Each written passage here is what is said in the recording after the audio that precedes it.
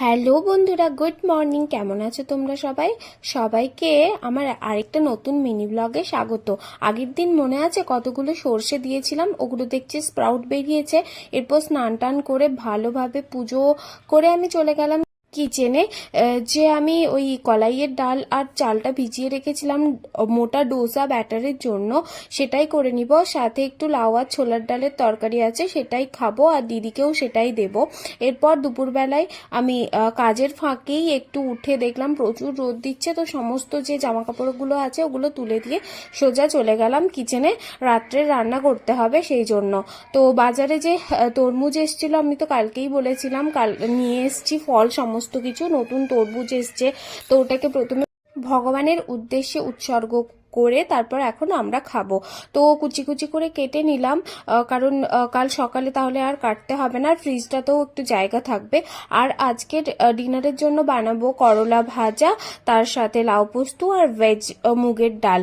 আর যে তরমুজের খোসাগুলো আছে ওগুলো আমি ফার্টিলাইজার বানাবো, তাই জন্য রেখে দিলাম। আর বীজগুলো আমি ওই টবে টবে পুঁতে দিয়েছিলাম, গাছ হলেও ঠিক আছে না হলেও ঠিক আছে, একটা মনের খুশি আর কি।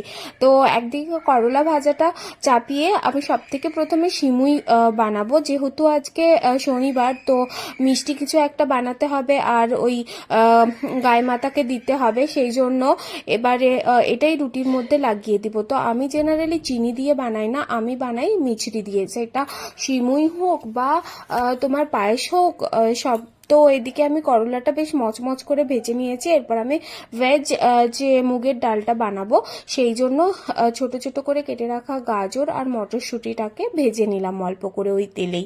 এরপর সিমুইটার মধ্যে রোস্টেড কাজু আর কিশমিশ দিয়ে একটু দারচিনি গুঁড়ো দিয়ে এটাকে নামিয়ে নিব, ঠাকুরের সিংহাসনের পাশে রেখে দিব। এরপর এক সাইডে আমি ওই মুগ ডালটাকে ভেজে রেখেছিলাম, ওটাকেই জলে ভালোভাবে ধুয়ে নিব। এরপর তেলের মধ্যে একে একে আদা কুচি, তেজপাতা আর তার সাথে শুকনো লঙ্কা ফোড়ন দিলাম আর দিলাম জিরে।